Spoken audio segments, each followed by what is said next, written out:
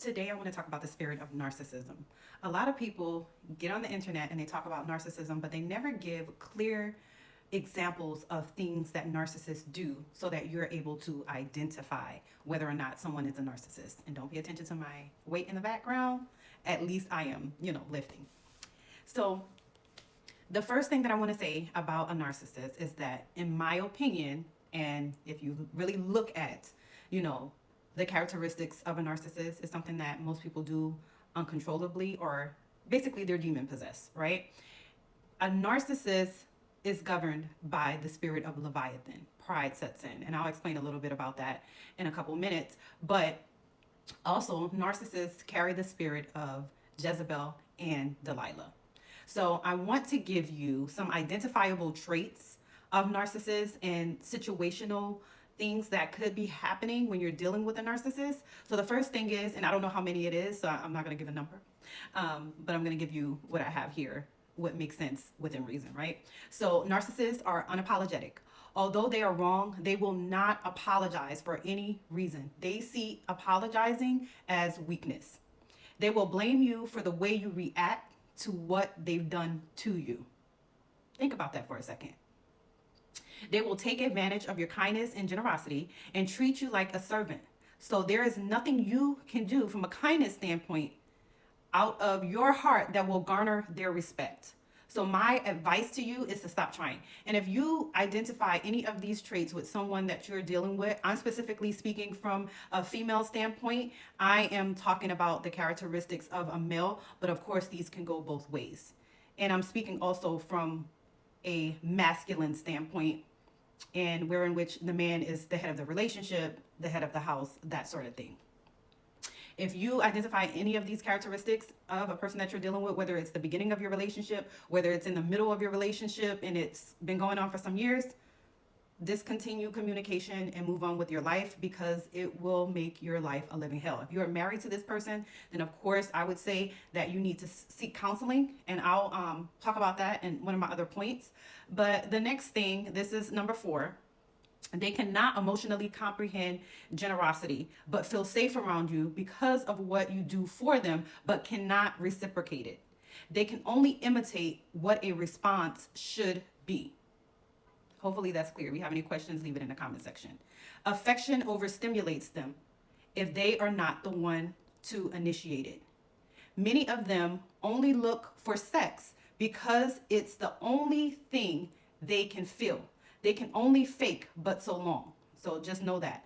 Some may have a 2-week cadence where they're all in, and then they may need a 2-week, off period, or you'll see patterns. They're not consistent people because they can only fake and put up a facade for so long.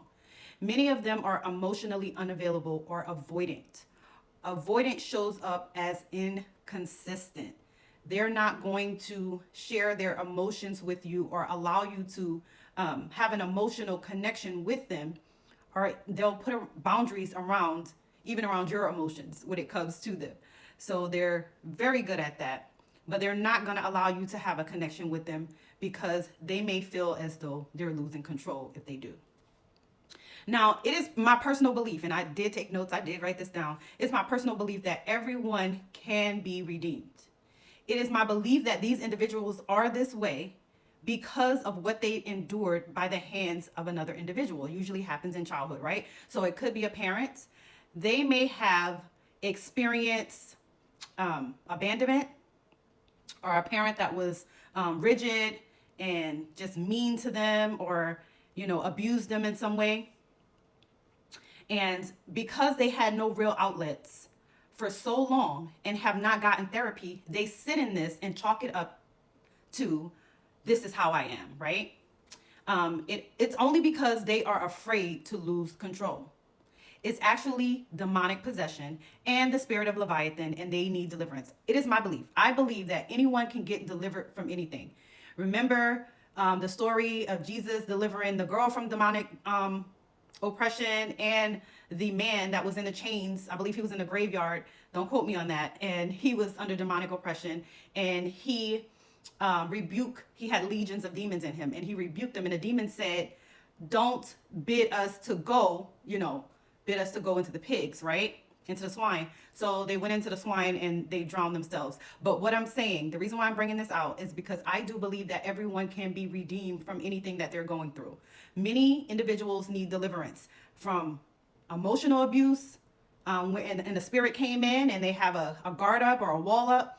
But I do believe in my heart that narcissists can be redeemed and they can be delivered, but they also have to put in the work, right? They also have to go to some form of counseling. And a really good deliverance minister would be able to restore them back to the place that they were at before, prior to that demonic spirit of narcissism entering in. So that's my belief.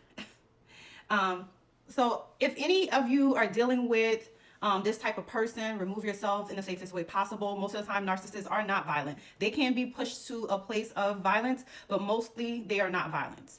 Some narcissists are psychopaths, and a lot of psychopaths are not violent.